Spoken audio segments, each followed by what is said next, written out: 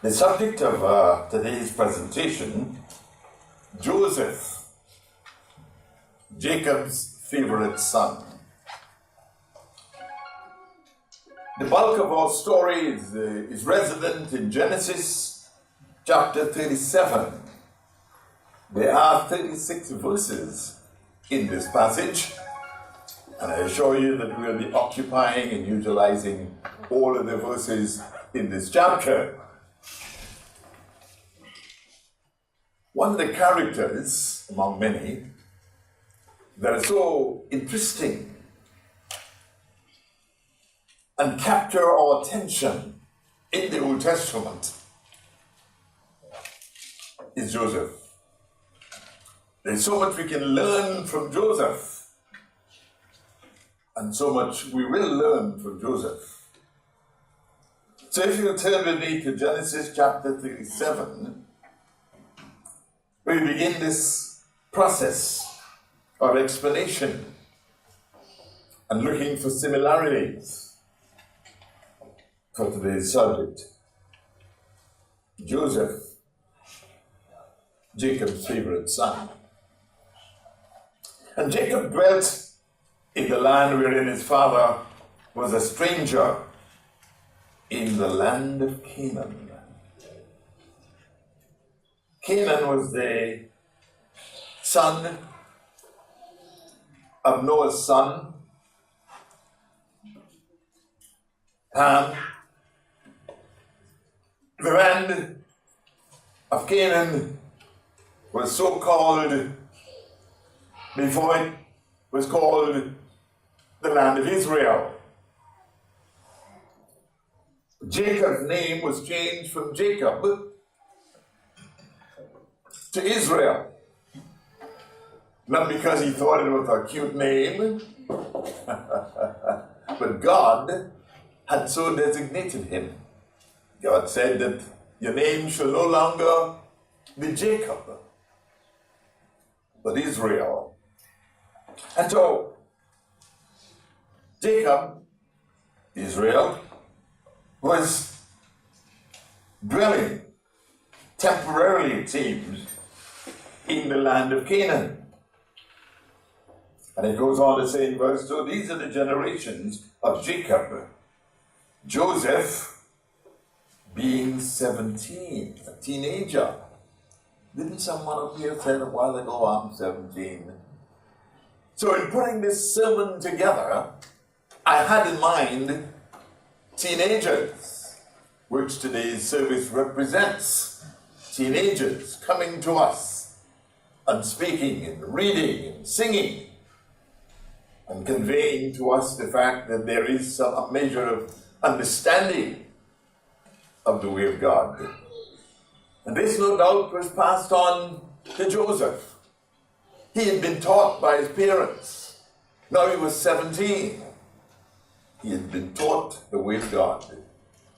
You know, people or parents go out of their way in many, many cases to show us the way of God, to show us the path that they are taking, with the hope and the expectation that you will follow in their path and you will succeed, even where they might have failed. Joseph then was 17 years old. He was feeding the flock with his brethren or his brothers, and the lad, the young man who was a lad, was with the sons of Bilhah and the sons of Zilpah, his father's wives. And Joseph brought unto his father the evil report. We call that today snitching. He was with his brothers in the field, and as the sermon had said, we are to obey our parents whether they be dead or alive, whether they be present or whether they be absent, whether they be with you in college, in high school, and everybody around you is cursing and swearing and carrying on and dressing funny, wearing funny hair, all sorts of colors,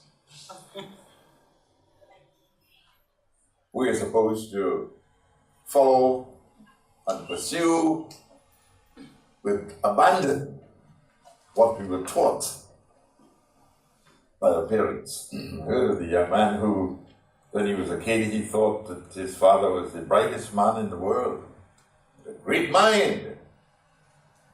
By the time he became a teenager, he thought his father was a fool. So out of step, out of date, behind the times. And he became a little more in years, and he was able to consider, to compare, and to assess. He found that his father was a brilliant man. His father knew where he was going. He had purpose in his life. He had a destiny that he was pursuing. Teenage years, we become so frazzled. There's so many exciting things going on around us that we just about lose our way. We've gone over the story of the prodigal son. How he thought that out there the grass was greener. His parents were behind the time. Give me what belongs to me. Let me go and have a great time with my friends. And when the money was done, his friends were gone, and he found himself, as the story goes on, feeding swine, feeding pigs. And the thought occurred to him that maybe I could have some of this pig food for myself. And I bring to your attention today, young people, that when you get away from God, you seldom go up. Or you might have degrees and brilliance academically, but if your feet are not on the ground, you can find yourself even among pigs. So he brought back to his father an evil report. You know what John said? You know, I heard Felix cursing, and you know that cursing, Dad, is not permitted in the house, but I heard him cursing. And the jokes they told Dad, they weren't that good. So you've got to be very careful with the kind of reports you bring back and the kind of things you glean when you wake your brothers and sisters away from your parents. The atmosphere is different, and you've got to be very careful. Now Israel, Jacob, loved Joseph more than all his children, because he was the son of his old age. Is it right for parents to play favorites? Is it acceptable for parents to love one child more than the others? That can only be so if you have more than one child, isn't it? That sets up the children, or the child, for a hard time. And as the story progresses, you will find that Joseph was being set up for a hard life. Parents should not love one child more than the other. I had two sons. As you know, they both died. That's not seeking your sympathy, it's a fact, it's a reality. The second son had features that to many were a little more acceptable than the first, and people were vocal in so expressing themselves, even in the hearing of the older child. And I began finding it to be very disconcerting, very uncomfortable. Oh, I love the second son, but the first boy, he's all right. What can be more disrespectful? What could be more unlike Christ? All our children differ. And we as parents cannot like one set or one child more than the others. This is what was happening to Jacob or Israel. Because this child, 17 years old, the son of his old age, he loved him, he pampered him. He's good looking. Amazing the flimsy things we categorize people by. Oh, he had better hair. His nails are so long. And his legs are long. And his chin is so sharp. His eyes are bright. All perishable. All temporary. But things that get us discombobulated and the blind eyes. And this older man, Jacob, was so fascinated by Joseph's appearance that he began showing favoritism. And in my preparation, I said to myself, favoritism is never fair. And what you do to your children may not be fair. And you're causing the others to envy, as you will see in the story, this child that you pedestalize. You make him so much greater than the others.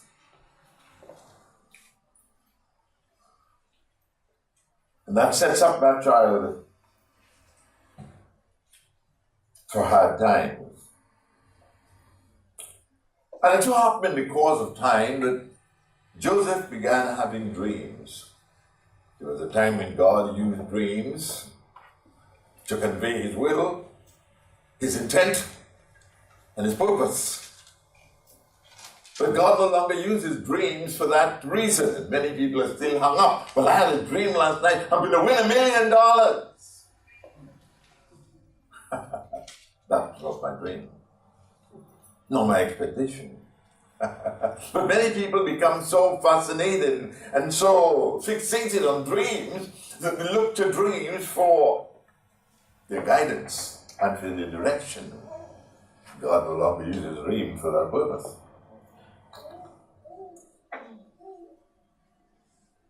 God uses His Word.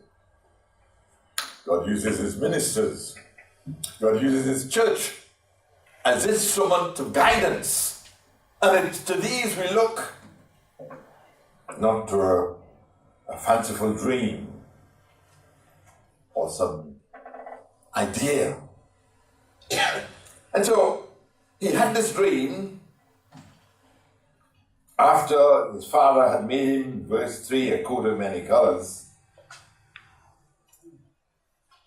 And then the brethren saw that the father loved him more than all his brethren. Is that possible? That the other children can see that you have a tendency toward one child? How do they feel when they see that you have a fascination with Marjorie and not Melissa? These young men began to realize that, Dad loves Joseph more than he loves us. And they began to get these feelings of hatred, which become apparent in the story.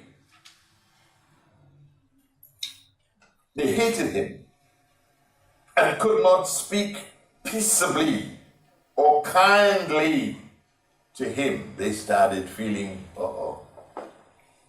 this is not good. Why do I have this inner despising of my brother? It is because my father set him up to be better than us. And Joseph dreamed a dream, says verse 5, and he told it his brethren. In other words, he was going about cavalierly his life and he was sharing his dreams with his brothers.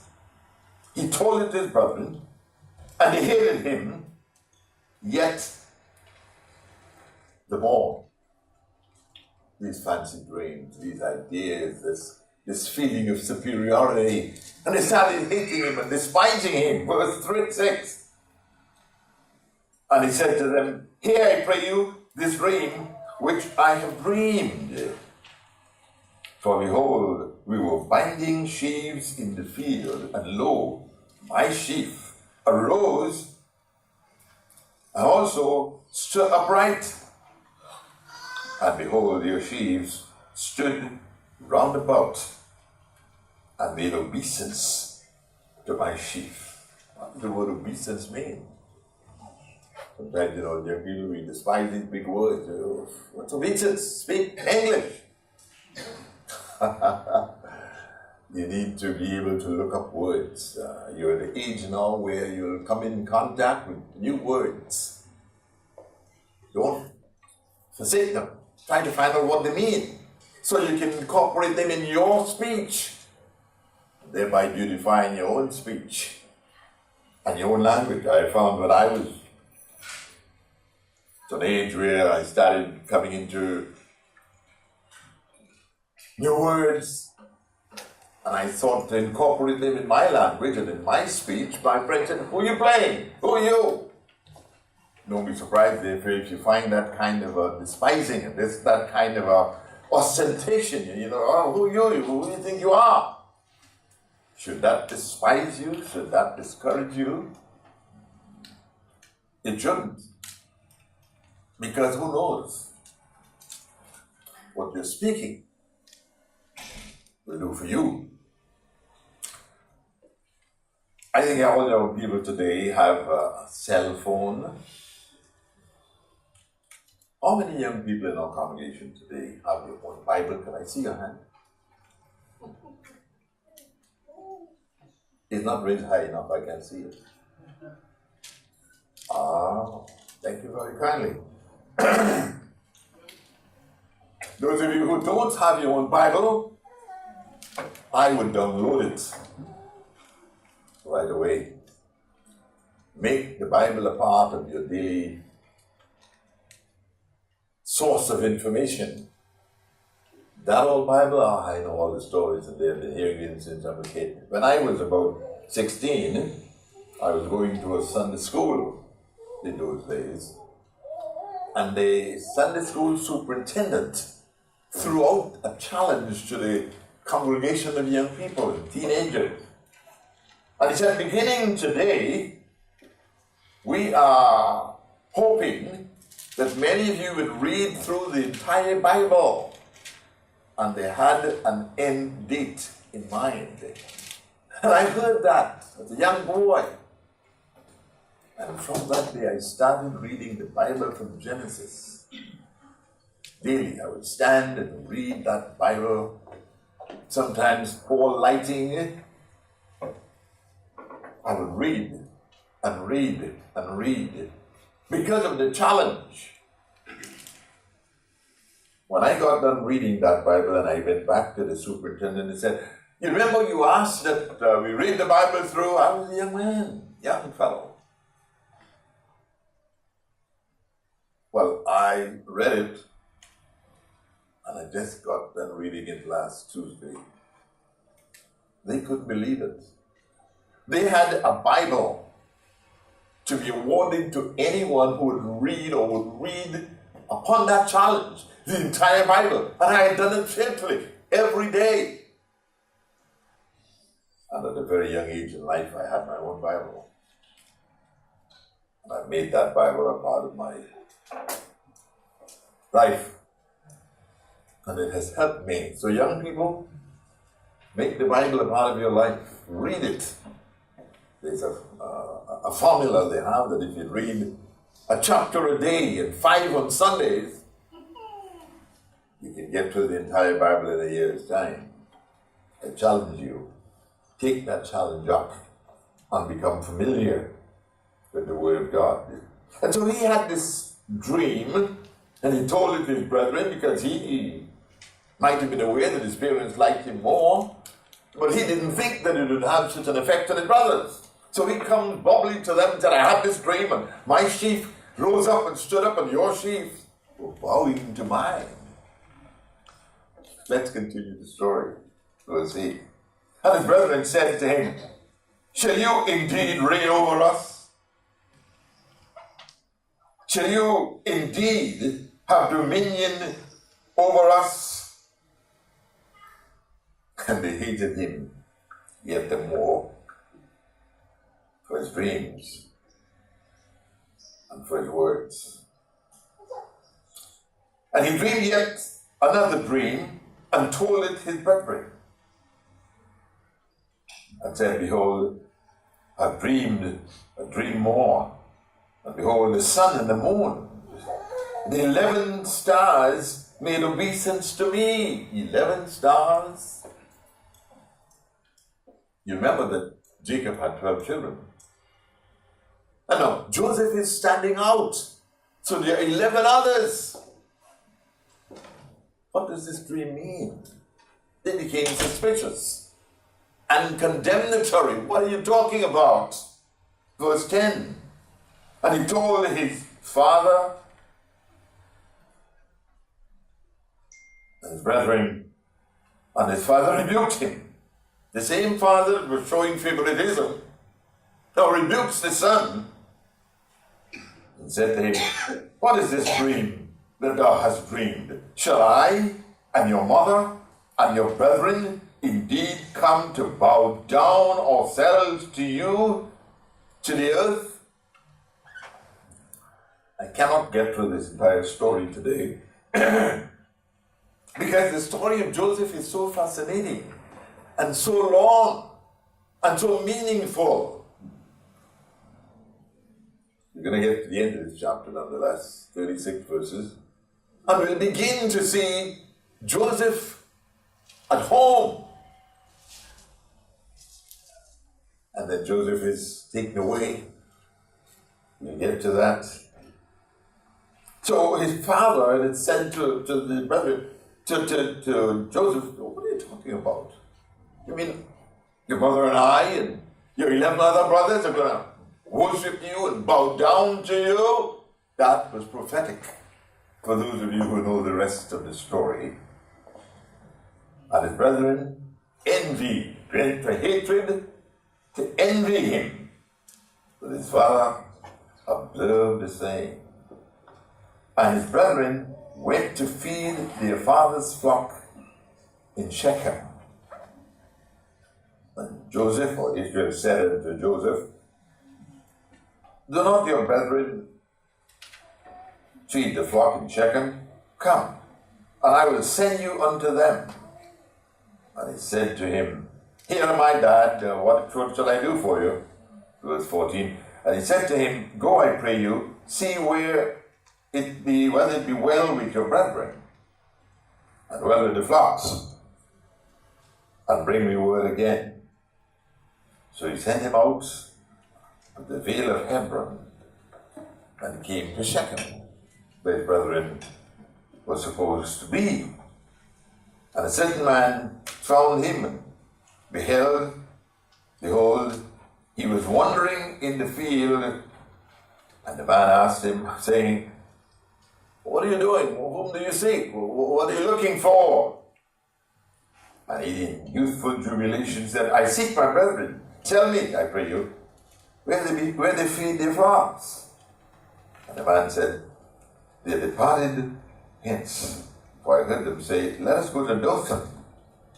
And Joseph went after his brethren and found them in Dothan, jubilantly running along, and not expecting anything beside the fact that he knew his dad loved him and favored him.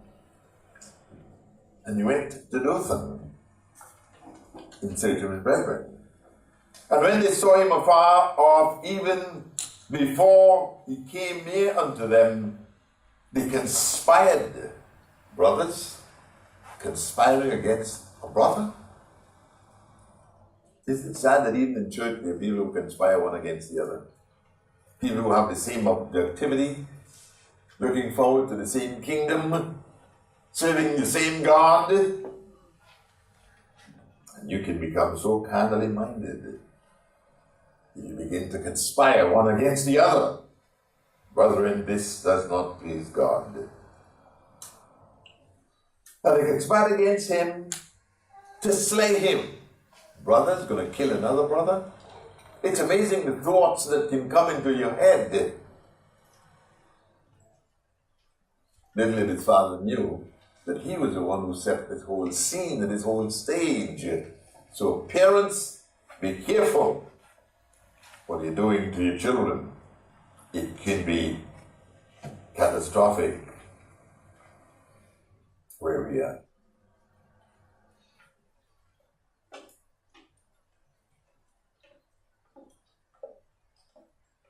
Found him in Dothan. And they conspired against him to slay him. And they said one to another, behold, the dreamer cometh. Do you remember these words? Behold, the dreamer cometh. How many of you remember these words? Ah, good. Do you remember when Martin Luther King was killed? The second man down in the organization spoke at the funeral of Dr. King. And here is where he took his text from. Stunning, sobering, real. He said, you've killed King. And he said, behold, the dreamer cometh, because King had said the night before his death, I have a dream. How apropos this to that tragic story that occurred so many years ago. Behold, the dreamer comes. That's how his brothers referred to him. Sometimes nicknames are not the best things. I don't know what your nickname was when you were a child, but sometimes they stick. And generally, they're not good. Come now, therefore. Let us slay him. Mr. Abernathy's words concerning Dr. King. And cast him into a pit, some pit, and we will see. And we will say, some evil beast hath devoured him, and we shall see what will become of his dreams. It's amazing how envy can grow and become despising and become on the verge of murdering your brother because all his dreams he has is stupidness. And their only thought was to do away with Joseph because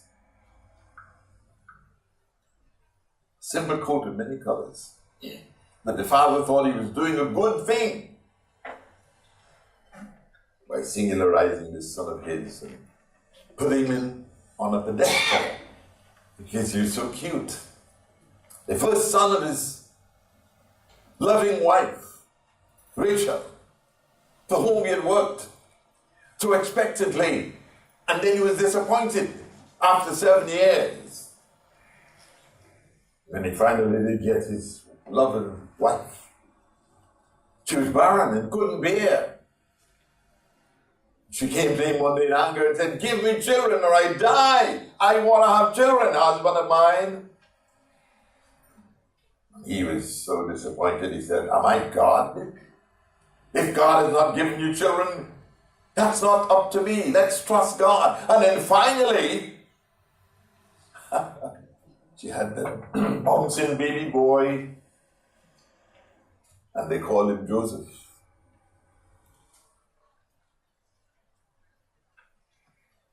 And because of that, they'd given him special attention and special love, the parents, at the despising of his brothers. Verse 21. And Reuben, who, if you remember, was the firstborn child of the many children that Jacob had with Bilhah, Zephyr. And Reuben heard it, the first brother, and he delivered him out of their hands and said, let us not kill him. Imagine brothers talking about killing a brother. It's amazing what animosity, detestation, hatred, even in families. It is said more families kill each other, one another, during holiday times. Family come together and having chicken and turkey, and somebody says something that the other didn't like. So when the death occurs in families like that, on occasions like those. And Reuben said unto them, shed no blood, but cast him into a pit that is in the wilderness, and say, and lay no hand upon him, that he might rid him out of their hands. In other words, this older brother is saying, you know what, brothers, we shouldn't do that. You know, what's better? Let's put him in a pit. Even that is not good. Let's put him in a pit, and we'll say that some evil beast has devoured him. What a concoction. What an idea. Taking simple hatred, if you can call hatred simple, to such an nth degree of detestation and abhorrence.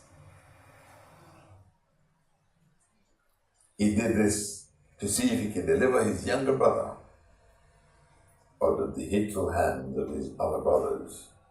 And it came to pass, when Joseph was come unto his brethren, that they stripped Joseph out of his coat of many colors. That was what was causing the detestation. They hated him because his father gave him a special coat.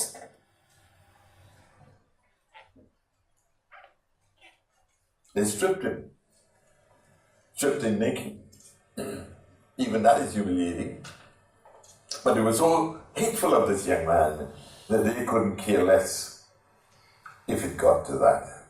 And they took him and cast him into a pit, and the pit was empty. There was no water in it. Sound like a redundant statement. And they sat down to eat bread. Could you imagine they can sit down and enjoy life? Their brother is in a deep pit, he couldn't come out. It is said that that was one of the ruse that the leader in Guyana, so many people went down there with him. He used to put children in pits. He used to beat them viciously, even more than the parents would. So this Reuben, the firstborn, thought it would be a good thing to do. All right, we don't like him, he's getting our parents' attention. Let's put him in a pit. That'll be good enough. And they sat down to eat.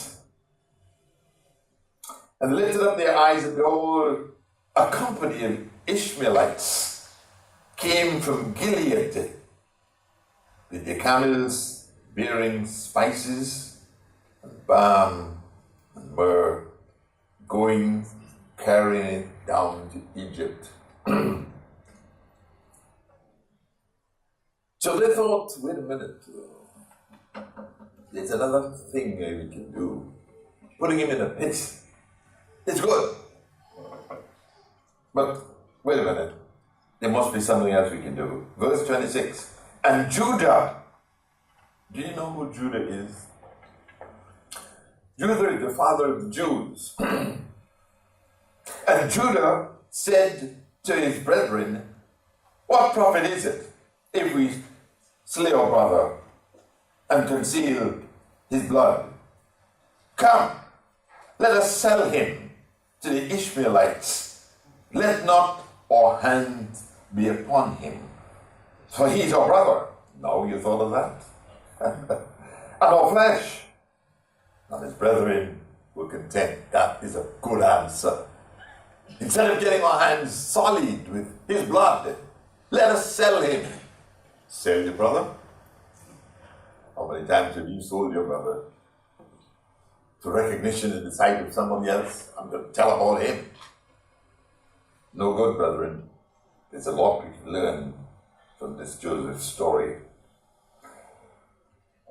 Then they passed by Midianites, merchants, and they lifted up Joseph out of the pit and sold Joseph to the Ishmaelites for 20 pieces of silver. And they brought Joseph into Egypt. As you know from history, Bible history, primarily, Egypt was a fine trading post. Everybody trekked to Egypt. Everybody was going there. It was a live city. It was bustling. It was a New York City in that day. And so they thought, our hands are clean. not around to give us heartache anymore. We've sold him to the Ishmaelites, and they're taking him into Egypt. Good riddance, Joseph. It's amazing how deep or detestation for our loved ones could be. Your loved one did you something when you were a child, and up to now you still don't talk to him. You can understand how Joseph's brothers felt about him. Verse 29. Reuben returned unto the pit, and behold, look, Joseph was not in the pit. And he went to he rent his clothes. And he returned unto his brethren and said, the child is not. And I, whither shall I go? I'm confused. I thought we agreed that he was to be put in the pit. Where is the child? This was the older brother who had a little more sense, you would think. He was the one who came up with the idea of putting him in that pit. And now he returns, the child is not there. And they took Joseph's coat. Look at this plot. Look at this plot. They took Joseph's coat, the coat of many colors, and ripped and dipped it, the coat, in the blood. These guys were vicious. These are brothers. Sometimes you can have some bitter differences in church. You cannot believe that people would say that about others. You remember some of the problems we've been through, church life. People you loved, a lot of them are gone. Husbands and wives were separated when some of the breaks took place. Vicious differences and separations. You see the same here in this family. And they set the coat of many colors, and they brought it to their father. And now they're going to compound their bad behavior with lies. Bad behavior leads to worse behavior.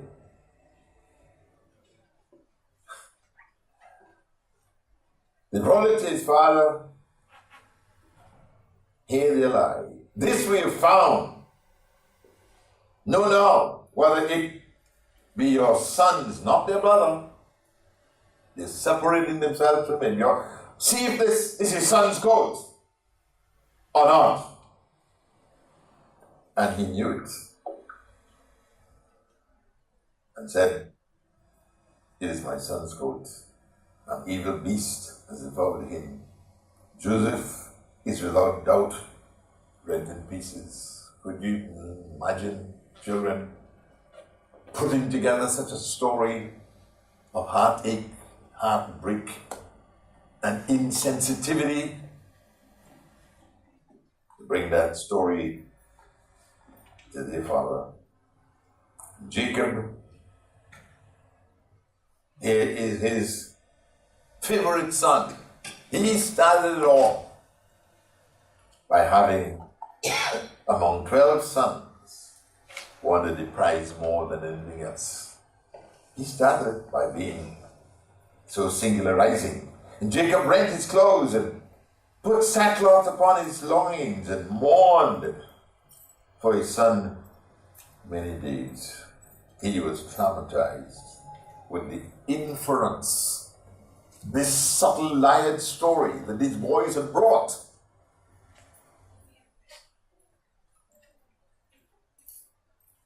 And all his sons and all his daughters arose up to comfort him.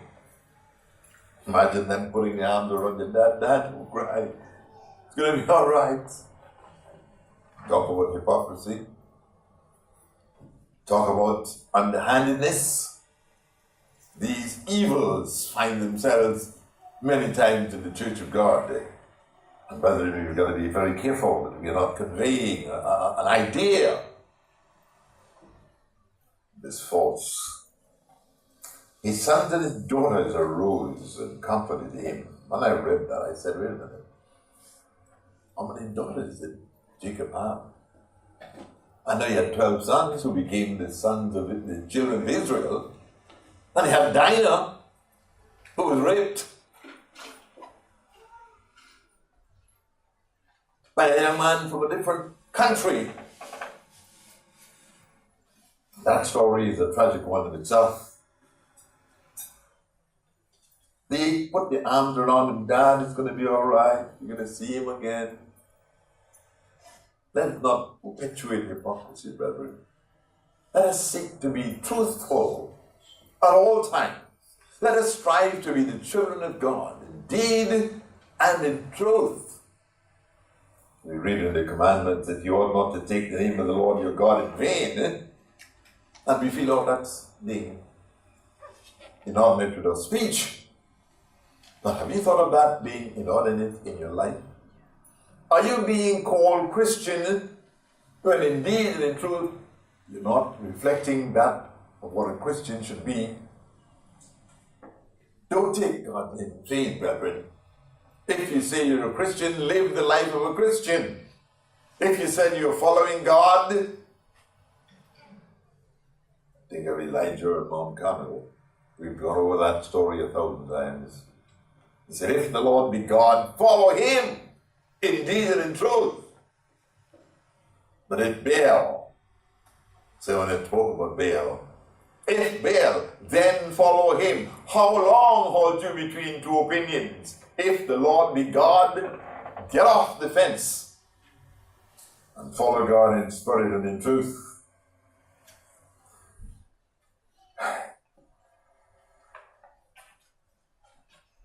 But he refused to be comforted.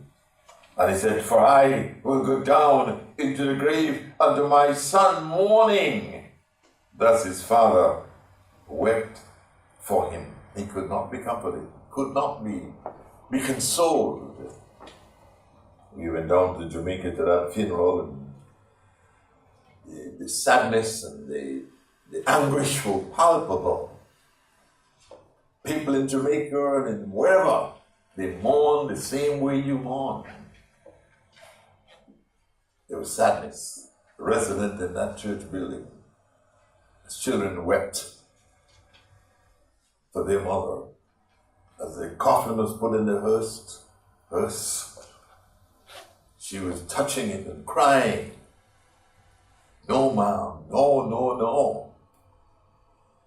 Jacob refused to be comforted. Because so far, the ruse was working. Sometimes you tell a lie and it's going very good. Nobody knows the other side of it but you. And your story is working beautifully. And you fear that the truth might come out. And the Midianites sold him into Egypt under Potiphar, an officer of Pharaoh's and captain of the guard. So this young man, that his father singularized by loving him more than his brothers and sisters, found himself away now from his brethren and sold into Egypt. And it seems as though the story has just begun. We will continue the story. We've reached a junction that is very significant, very important, but there is more in the rest of the story. And if I were given another opportunity to speak to the young people another time, we'll continue the story of some of the things he went through in Egypt. You know, sometimes we think that we're at the end of our rope. It could not be worse than this. I don't have a job. Lost my job. And I need money to pay for my car. I need money. God is not done with you yet. There's a lot more that God has in store for you. So don't be discouraged. Don't be dismayed. Don't be totally frustrated. Darkness endure for the night, but joy comes in the morning. And as we continue the story of Joseph, we see that God has many things in store for him, as he does for you. It is for you and I to be found faithful. And if we be found faithful, God will be our deliverer.